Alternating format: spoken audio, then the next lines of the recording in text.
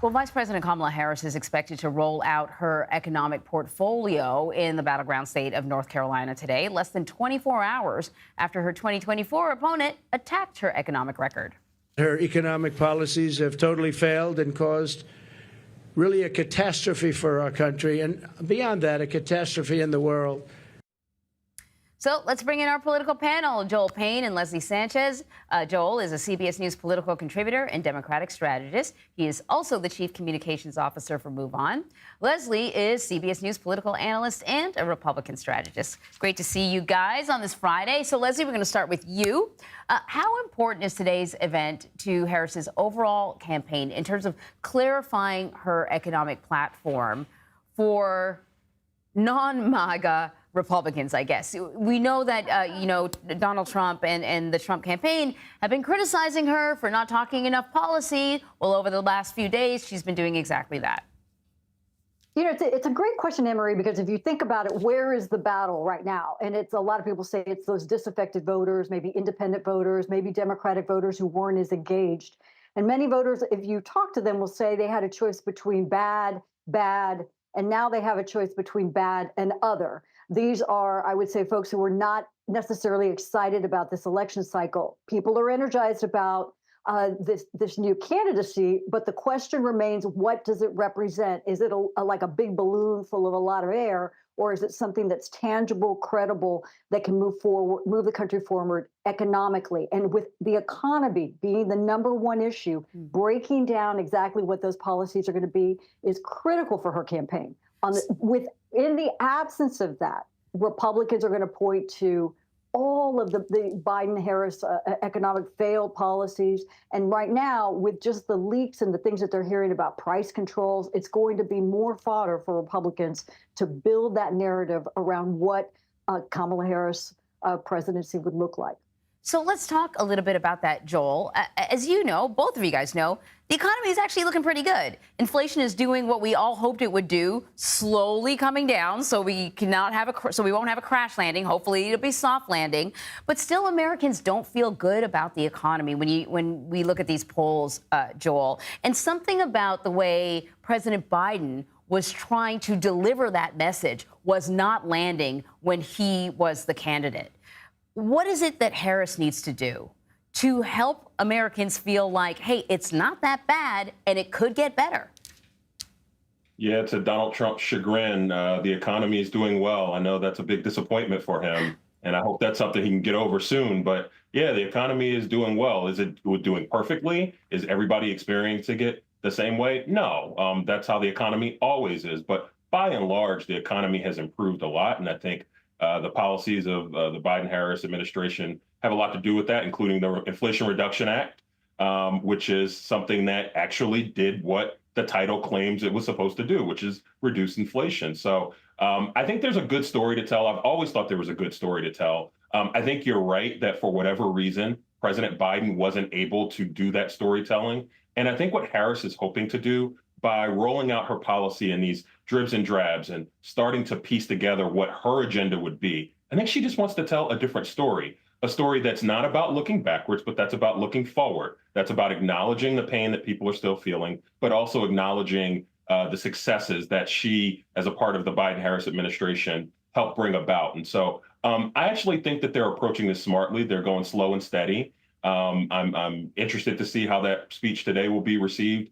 And I'd imagine that she's going to put together the type of economic agenda that not just the American people can get behind, but a lot of Democrats who she's hoping to get elected up and down the ballot can also get behind.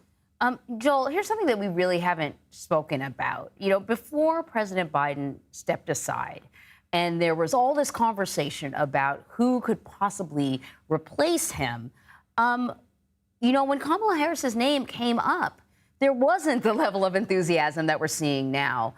And part of it was because a certain segment of the population just wasn't convinced that America would vote for a black woman. I want to ask you about a survey by The Cut that shows that 28% of black women believe that America is not ready to elect a black woman. More than 1/3 believe that those concerns are fair. What's your reaction to that?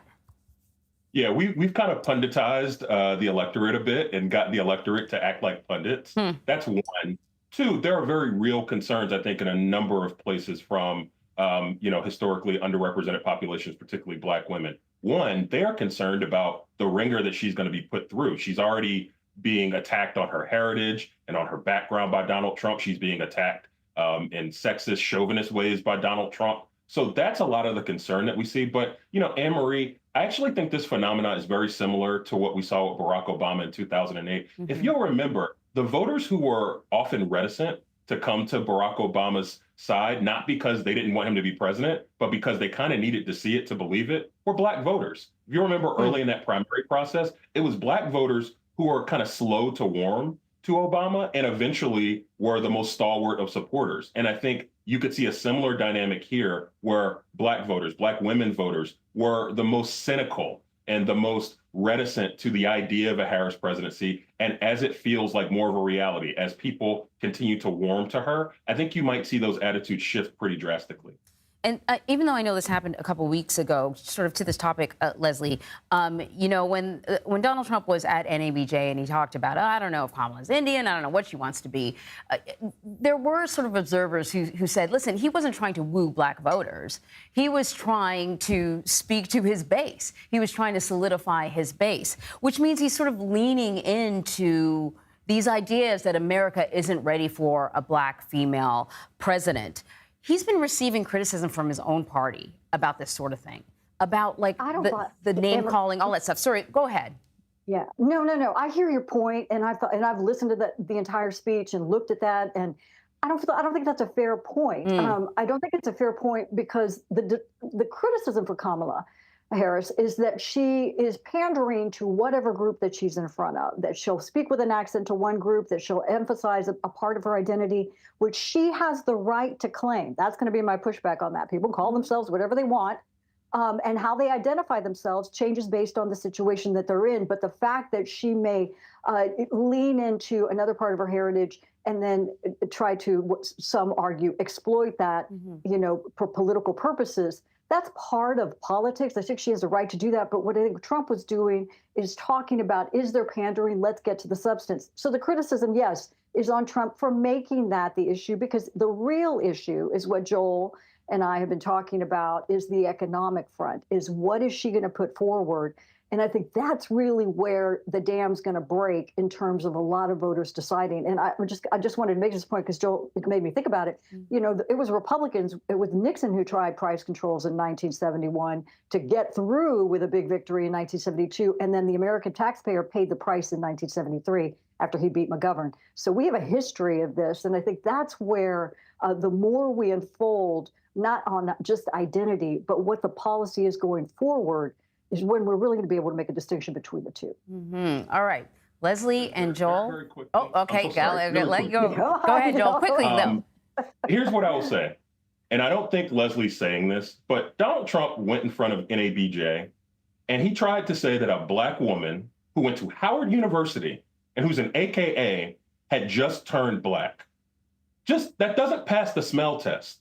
And I think what my Republican friends are going to have to understand is that type of stuff is not going to fly in 2024. And it is coded, and it is very much geared towards turning out and turning on white voters. And it's an old play, and it's a bad play from an old, tired playbook. And I think he got called out on it. And I think that's why, frankly, he's backed off of that. And that's why a lot of Republicans have criticized him about that. But think about that. He went to NABJ and said a Black woman who went to Howard University and was an AKA had just turned Black. That is ridiculous, and that's insulting, and that's why he got the pushback he did. All right. Leslie, Joel, thank you. I agree.